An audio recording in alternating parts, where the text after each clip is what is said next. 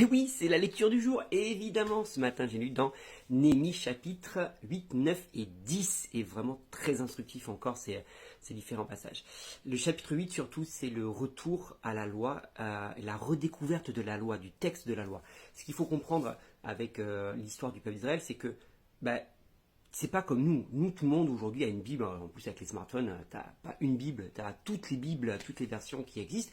Mais à l'époque, ça n'existait pas. On n'avait pas une d'imprimerie, on n'avait pas de publication. Donc en réalité, il y avait le prêtre, le grand prêtre, qui avait le texte de la loi, les Lévites, et souvent le roi également devait avoir une copie. Mais le reste du peuple n'avait pas la loi, n'avait pas le texte de la loi. Donc quand le roi était fidèle à Dieu, qui suivait ce qui était écrit dans la loi, le peuple suivait. Mais si le roi se détournait et si les prêtres et les lévites ne faisaient pas appliquer la loi, forcément le peuple, lui, il ne la connaissait pas la loi, donc il pouvait compliquer un peu. Il avait des idées, il connaissait un peu les grandes lignes, mais il ne connaissait pas toute la loi, donc c'était compliqué pour lui de suivre ce que la loi dit quand tu n'as pas le texte sous les yeux.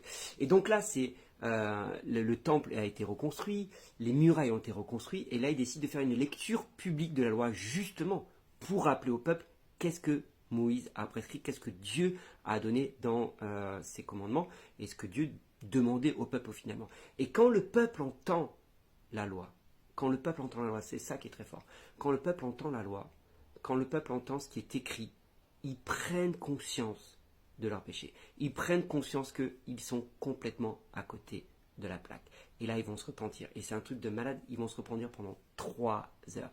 La lecture de la loi va durer 3 heures. Et 3 heures qui vont suivre, ils vont se repentir, ils vont être à genoux.